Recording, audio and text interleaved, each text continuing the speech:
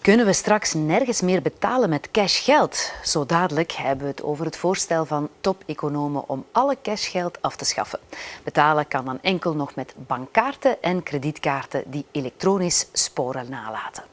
Inderdaad, omdat elektronisch geld traceerbaar is en elektronische verrichtingen kunnen opgevolgd worden, gaat men natuurlijk zwart geld, zwart werk, belastingsontduiking, illegale praktijken gaat men gemakkelijker kunnen uitschakelen en kunnen opvolgen.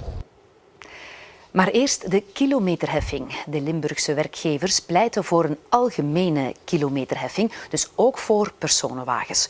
Ook vragen ze dat de inkomsten van de heffing geïnvesteerd worden in de mobiliteit en de Vlaamse economie.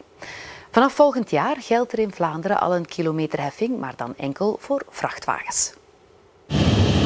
In april volgend jaar betalen vrachtwagens die meer dan 3,5 ton aan boord hebben een bedrag per gereden kilometer op onze Vlaamse hoofd- en parallelwegen. De bedoeling is om de milieu- en infrastructuurkosten die het vrachtverkeer veroorzaakt beter te verdelen.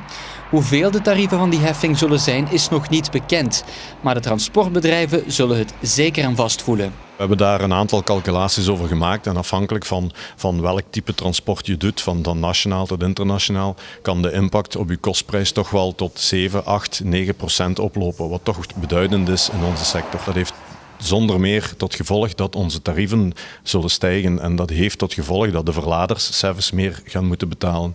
Want wij kunnen als sector deze kosten niet blijven absorberen. En dus trekt VBetera, de koepelorganisatie voor transportbedrijven, aan de alarmbel.